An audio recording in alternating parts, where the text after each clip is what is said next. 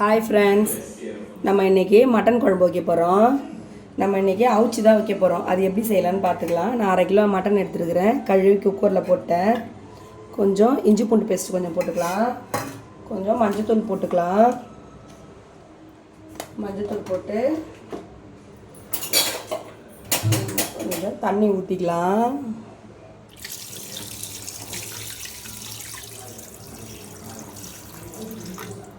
ஒரு 5 விசில் விட்டு ஒரு 5 விசில் விட்டுக்கலாம்.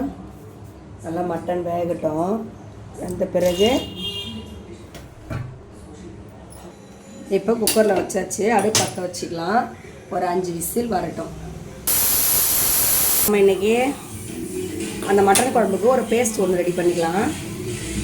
கடாய், ஒரு சின்ன கடாய் வச்சு கடாய் சூடாகட்டும். கடாய் சூடானதும் கொஞ்சம் ஆயில் ஊற்றிக்கலாம். எண்ணெய் சூடாகட்டும். எண்ணெய் சூடாகிடுது. எண்ணெய் சூடானோடனே ஒரு 10 சின்ன வெங்காயம், ஒரு துண்டு இஞ்சி, ஒரு 4 பல்லு பூண்டு இதை போட்டு நல்லா வதக்கிக்கலாம்.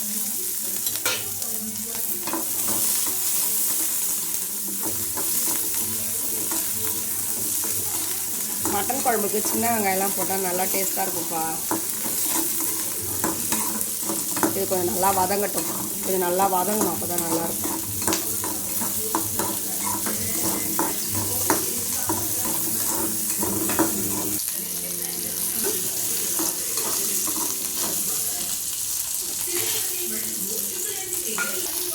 இது வெங்காயம் நல்லா வதங்கிடுது. இது வதங்கினோடனே இது கொஞ்சம் சீரகம்,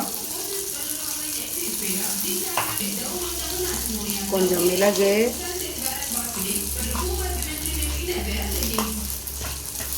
கொஞ்சம் சோம்பு,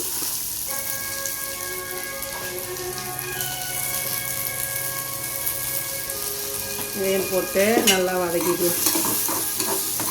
இதுவும் நல்லா வதங்கிடுது. இது கூடவே தேங்காய் கொஞ்சம் எடுத்து வச்சுக்கிறோம். தேங்காவையும் இது கூட போட்டுக்கலாம். இந்த தேங்காவையும் போட்டு கொஞ்சம் லேசாக வதக்கிக்கலாம். தேங்காய் ரொம்ப வதங்கணும்லாம் ஒன்றும் இல்லை, சும்மா தேங்காவை போட்டு கொஞ்சம் லேசாக வதக்கிக்கலாம். இதில் மிக்ஸி ஜாருக்கு இதை ஒரு ஃபைன் பேஸ்ட்டாக மிக்ஸி ஜாருக்கு மாற்றியாச்சு. இதை ஒரு ஃபைன் பேஸ்ட்டாக அரைச்சிக்கலாம்.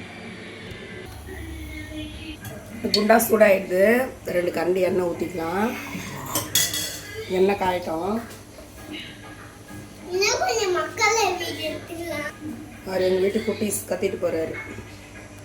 எண்ணெய் காஞ்சிட்டு வெங்காயம் போட்டுக்கலாம்.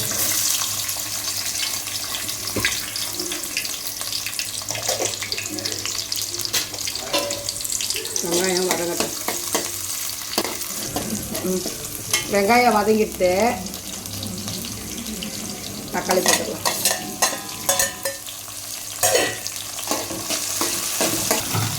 தக்காளி வதங்க கொஞ்சம் உப்பு போட்டுக்கலாம்.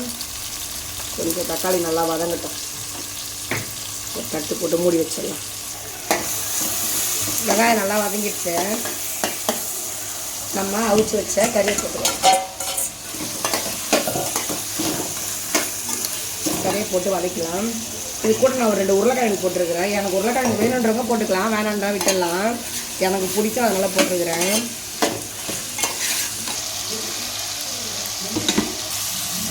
கொஞ்சம் வதங்கிட்டு இது குழம்புக்கு தேவையான மிளகாத்தூள் போட்டுக்கலாம்.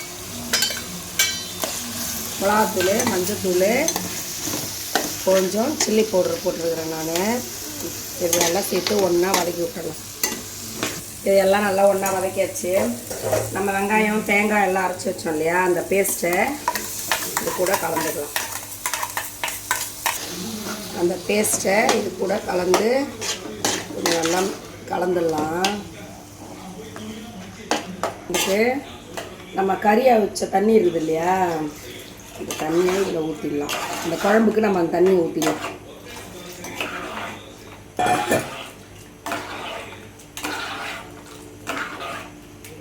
நான் இது கூட இன்னும் கொஞ்சம் பச்சை தண்ணி ஊற்றிக்கிறேன். இந்த ஜாரெல்லாம் கழுவி நம்ம நல்லா அதில் ஊற்றிடலாம். வேஸ்ட்டு பண்ணது அதெல்லாம் ஊற்றிடலாம். இந்த சமயத்தில் உப்பு காரம்லாம் கரெக்டாக இருக்குதான்னு பார்த்துக்கலாம். ரொம்பலாம் நல்லா பேச தெரியாது, இவங்க இப்படி பேசுகிறாங்களேன்னு நினைக்காதீங்க. எனக்கு தெரிஞ்ச அளவு தான் நான் பேசுகிறேன். காரெல்லாம் கரெக்டாக இருக்குது. உப்பு மட்டும் கொஞ்சம் போட்டுக்கலாம். உப்பு இல்லை, ஏன்னா நம்ம வதக்கும் போது தான் கொஞ்சம் உப்பு போட்டோம், அதுக்கப்புறம் உப்பே போடல. உப்பு மட்டும் கொஞ்சம் போட்டுக்கலாம். ரொம்பலாம் நல்லா பேச வராது, இப்படி தான் பேச வரும். சின்ன சின்ன சேனலுக்கெலாம் சப்போர்ட் பண்ணுங்கள். நல்லா புதுசாக இப்போ தான் ஸ்டார்ட் பண்ணியிருக்கிறோம். நல்லா சப்போர்ட் பண்ணுங்கள், லைக் பண்ணுங்கள், சப்ஸ்கிரைப் பண்ணுங்கள், தள்ளி விட்டுட்டு போயிடாதீங்க. பெரிய சேனலை விட சின்ன சேனலுக்கு தான் எப்பயுமே அதிகமாக சப்போர்ட் கொடுக்கணும். உப்புலாம் கரெக்டாக இருக்குது. குழம்பு ஒரு 10 நிமிஷம் நல்லா கொதிக்கிட்டோம், மூடிடலாம். குழம்பு கொதிச்சுட்டு கொஞ்சம் கருவேப்பிலை போட்டுக்கலாம். முன்னாடி கூட கருவேப்பிலை போட்டுக்கலாம், நான் மறந்துட்டேன், நல்லா போடல. கொஞ்சம் கொத்தமல்லி போட்டுக்கலாம்.